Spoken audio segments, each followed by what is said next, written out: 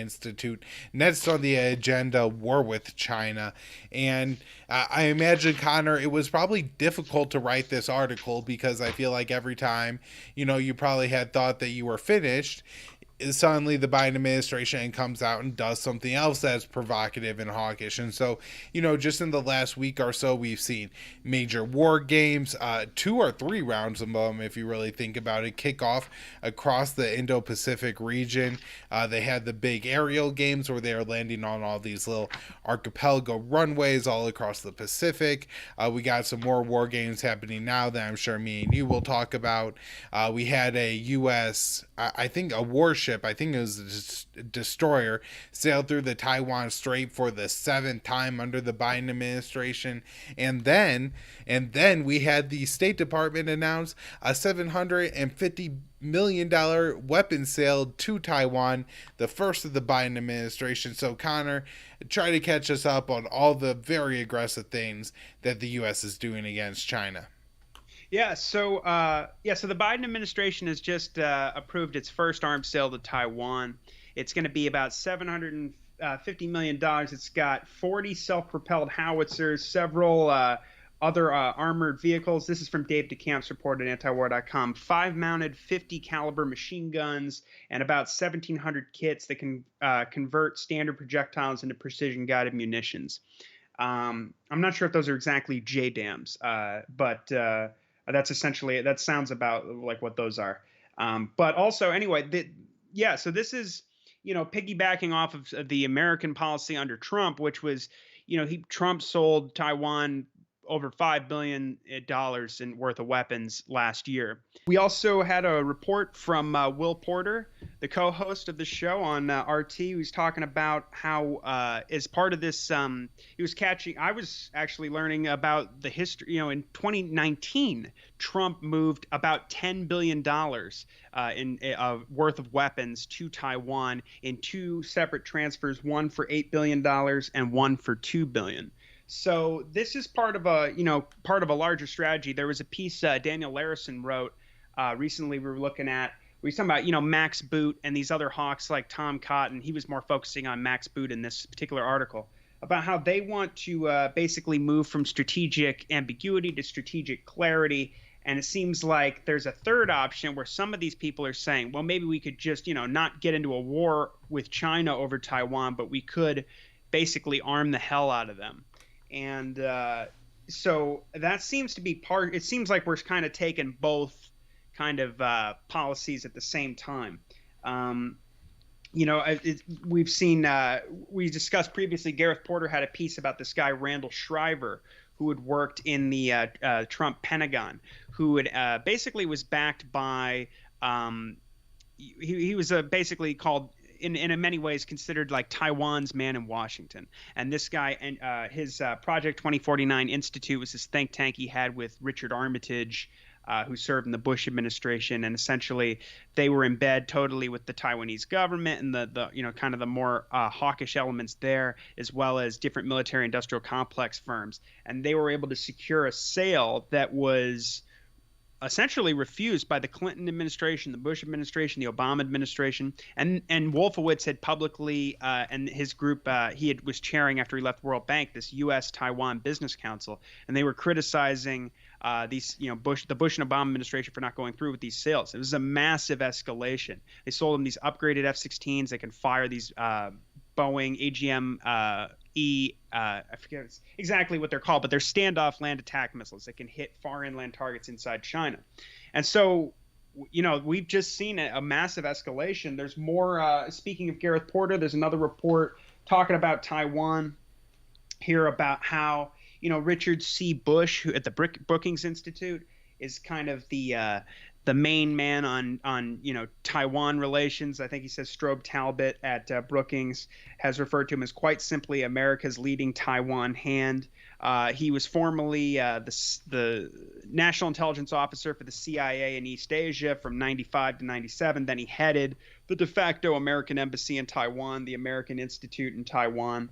And so Garrett's piece here is really interesting. People should check it out. It's about basically how the policy for the longest time, well, really in the last, I'd say 3 decades, that there's basically this thing called the 1992 consensus, where it's been unofficially agreed upon, according to this guy Bush in his book, Untying the Knot from 2005. He talks about how basically delegations from Taiwan and China had unofficially agreed to this one China, two systems concept. So basically, it was kind of for promoting some stability in terms of the cross-strait relations.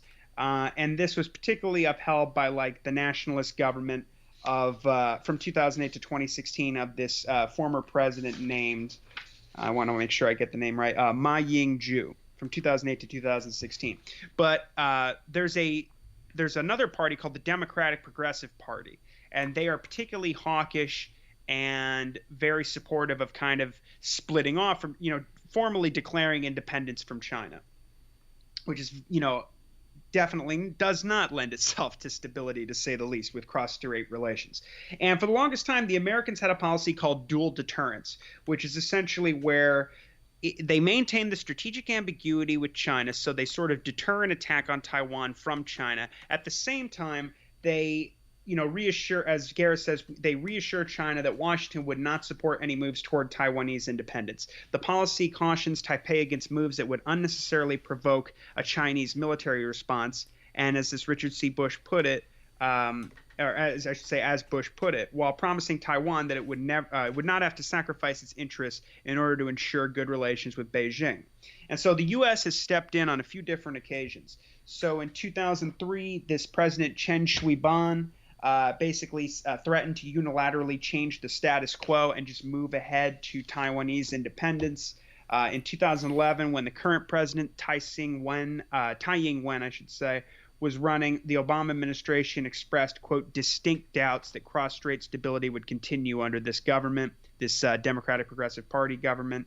And Gareth mentions in 1999, then President Lee Teng-hui presented what he called a state-to-state theory of Taiwan-China relations. And so Washington actually dispatched Bush from Washington to Taipei to give a stern warning to the Taiwanese and shut down this whole, separatist concept. So essentially, when it looked like this lady Tsai Ing-wen of this the Democratic Progressive Party, who represents the sort of separatist faction, when it looked like she was going to be the winner of the election, he thought that the Obama administration would stick with this dual deterrence policy. But there was a major shift.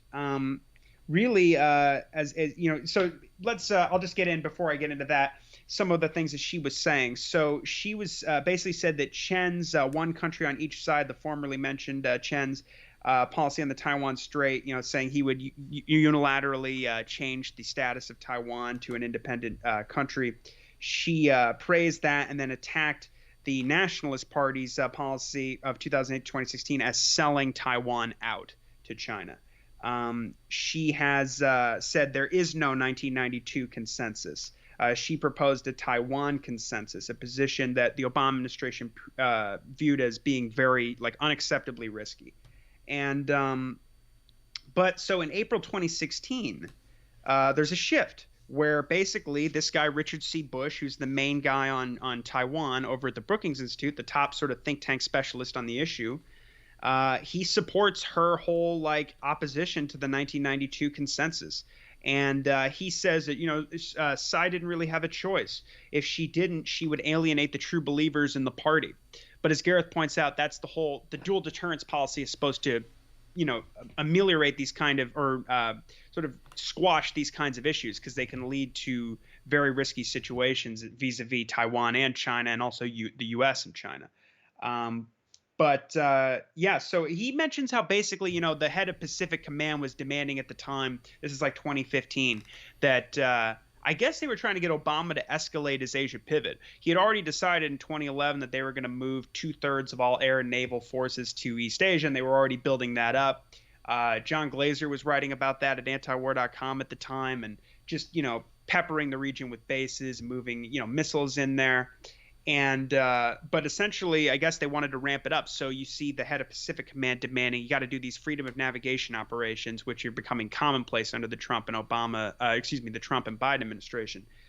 You had John McCain as chairman of the Senate Armed Services Committee demanding that he goes, Obama's de facto recognition of these Chinese, military installations they were constructing in the South China Sea on these various islands, and basically, baiting Obama into taking a harsher position.